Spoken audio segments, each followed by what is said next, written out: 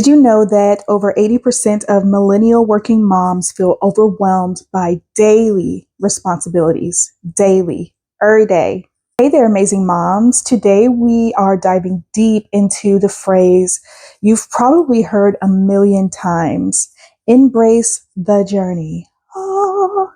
But is it really helping us, or is it just another empty mantra?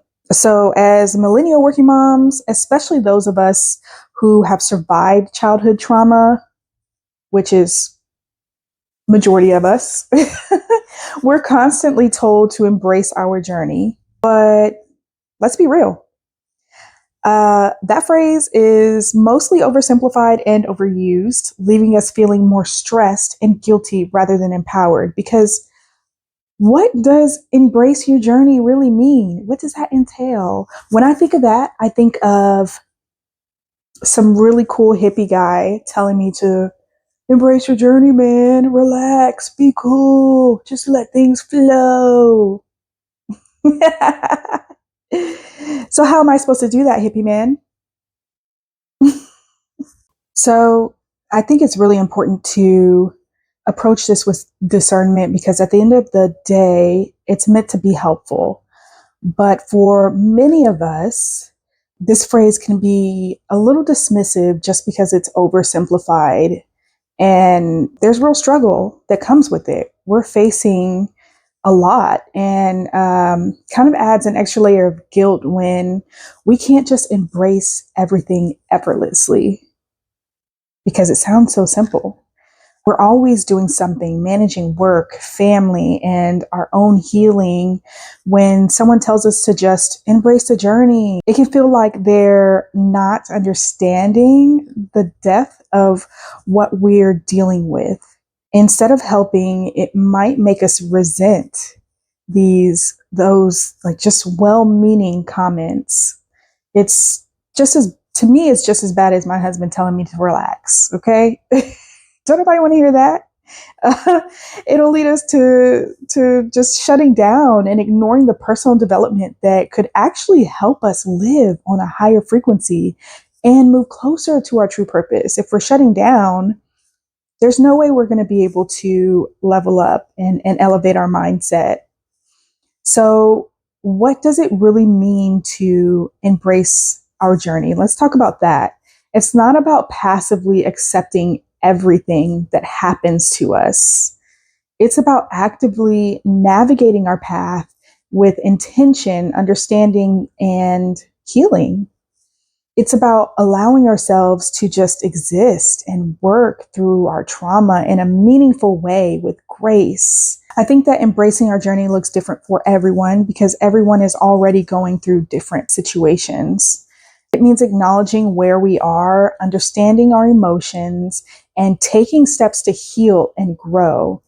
And it's about moving from survival mode to a place of fulfillment, joy, and purpose. I do feel like it's another way to express or to get you to express your gratitude. I think that's really important. Just really being present. So navigating this journey isn't a one size fits all, as I said. Each of our paths are unique, and that's okay. That's really important to address. Spirit has guided me to inform those willing to listen on how to really navigate this path so that we can all reach fulfillment and joy and live our true purpose because we deserve that shit, okay? But for moms who have experienced childhood trauma, um, you're probably operating on fumes right now. It's hard to even think about the next month or the next year. I mean, it's a lot to take in. That's because your body is stuck in a stress cycle. And the only way to change that is to regulate your nervous system. If we can learn to manage our emotions, we can discover how to just exist. So I feel like that's the first step, managing emotions so that we can just embrace the journey. Even though it sounds simple, regulating emotions is like physical exercise for the brain. As Dr. Lipton said, repetition is how the subconscious mind learns. So let's talk about some actions that us busy working moms can take right now to really help manage our emotions. And these are actions that I like to incorporate into my daily life. So you can tailor it into or however you'd like. They're designed to really fit seamlessly into your busy life without feeling like it's a chore. So, first one is mindful breathing. When I feel triggered, when I feel those emotions coming up, mindful breathing can help because it's one of the best ways and very simple practice to use to calm your nervous system and really just center your mind. All right, y'all, I had to take a quick break. So if my frame looks out of focus and it's not the same as before, just know life be lifing, okay? Now let's get back into some actions that we can take today in order to help us regulate our nervous system and our emotions. Another one that I enjoy is rituals and ceremonies. Rituals and ceremonies, they kind of have a bad rap, right? Like it's like you hear rituals and I'm like, oh no, sacrificing goats. Not the case. You use rituals every day. It's morning routines. It's things that you do. Brushing your teeth every day. That is a routine, a ritual for yourself, for your health. So you can incorporate rituals into your daily lives that are going to be helpful for managing emotions every day. Just like I talked about gratitude journaling in the morning or at night, taking a shower, doing affirmations. I've spoken about that in a prior YouTube video. I love creating sacred spaces. I think having a sacred space, my whole home needs to feel sacred for me. I love smell good things like candles and incense and things that are just going to bring up the vibe, the energy and help me as much as people don't really think about it, can help manage your stress.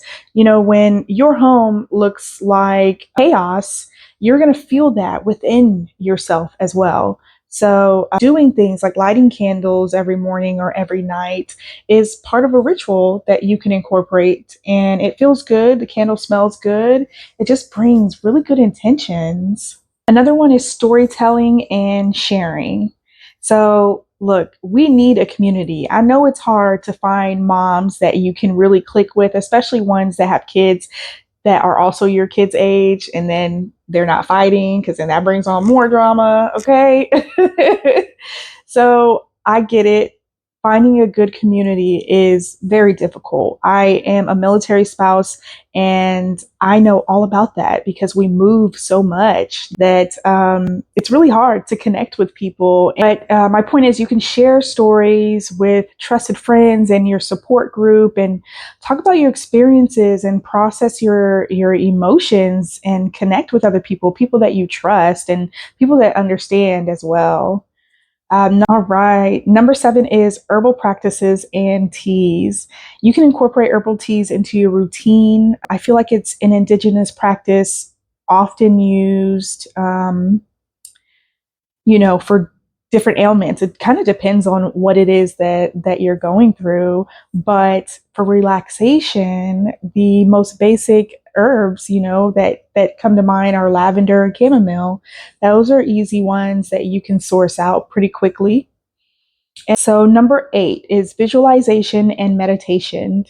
With visualization and meditation, I found it really difficult to meditate when I first started out and silence the noise, but visualization was a huge thing for me.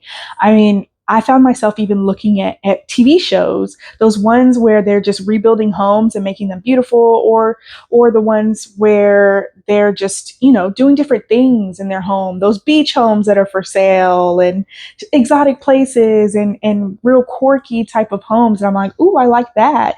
And to visualize like what you want in your home and what you want for your life is really big in a healthy way.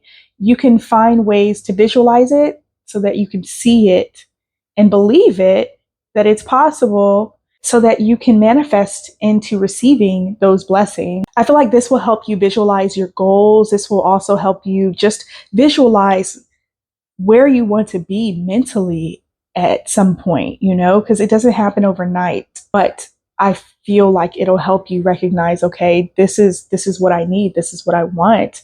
I want to be able to manage my emotions and just live as carefree as you possibly can in this world today. And number 9, last but not least, creative expression. My daughter is hands down a very artsy person, I'll say. She just loves art. That's her thing. And I was never big into art. So being able to experience that with her has been a blessing. It helps me like brings me back to this creative energy that is necessary and playful, my inner child, and it just allows me to just be and exist. So I really feel like creating things and just invoking that energy into your lives at least once a week, once a month, whenever you can do it, is very helpful. Creativity, it really allows you to express and release emotions in a very healthy way. So I love it, and I've been enjoying doing these things with my daughter. These actions will help us in honoring our connection to ourselves, our communities, and the earth. Integrating these practices into your daily life can help you manage emotions without adding another chore to your to-do list. So let's get out of survival mode and stop raising our children to be in survival mode as well. Embrace your journey in a way that truly supports your healing and growth. Listen to what the universe is telling you. Trust your intuition and take these actionable steps to manage your emotions and the stress and just live a fulfilling life, whatever that may look like for you. If y'all found this video helpful, give it a thumbs up.